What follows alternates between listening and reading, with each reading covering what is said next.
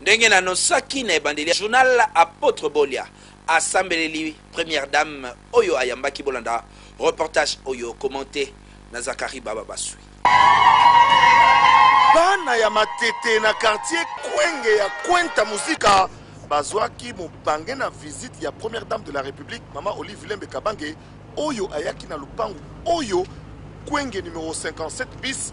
pona kotala mosali monene ya Nzambe Papa Bolia mokonzi ya église ya bima ya monde entier. Sango etamolaki papa oyo akufi ki aza malade aza na koma botala démenti formel yango oyo tala tango Mama Olive Lembe akotaki na ndaku ndenge apesi ye mbote pe Mama Olive ayambi yango na luzitu nyonso oyo esengeli musika mingi te apôtre abandi kosambela botala réflexe ya Mama Olive lokola epai ya bima basambelaka na kitambala na moto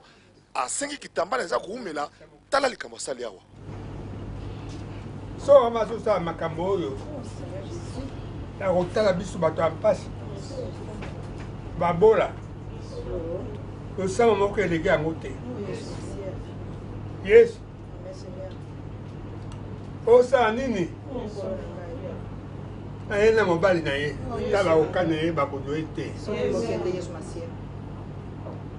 Yesu mokati ya semo